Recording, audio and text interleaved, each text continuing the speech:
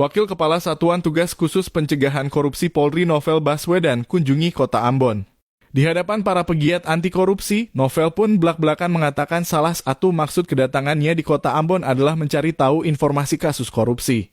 Saya bersama dengan rekan-rekan dari Satgasus Pencegahan Korupsi mengikuti kegiatan di Kota Ambon, Maluku. Dan kunjungan ini tidak terbatas untuk melaporkan dan mencari informasi korupsi di sini, kata Novel Baswedan saat diwawancarai Rabu 14 Juni 2023. Menurutnya, Maluku juga rawan korupsi karena banyak proyek titipan. Lanjutnya, informasi akan proyek-proyek titipan juga sudah diketahui, beberapa di antaranya tengah diusut. Kalau potensi itu ada dan memang kita pernah mengetahui adanya proyek titipan yang terjadi di Maluku, dan itu beberapa telah diusut, kata Novel Baswedan. Selain mencari informasi, Novel dan tim juga melakukan sosialisasi anti korupsi. Menurutnya hal ini penting agar dapat mendorong semua elemen masyarakat untuk mau berperan lebih aktif dalam upaya pencegahan korupsi. Kita sudah sosialisasi di Universitas Patimura Ambon, kemudian juga bersama kawan-kawan pegiat anti korupsi dari Molucas Corruption Watch, terangnya.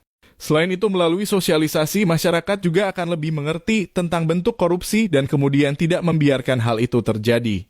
Apalagi tindakan korupsi itu berdampak terhadap kesejahteraan masyarakat dan membuat hak-hak asasi manusia tidak bisa terpenuhi.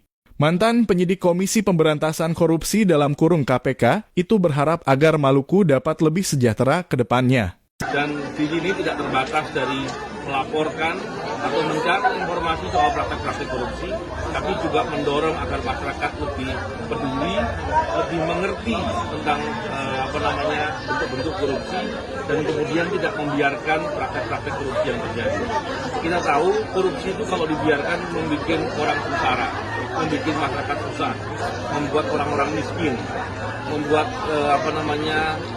hak asasi manusia tidak bisa tegak, tidak adilan dan lain-lain.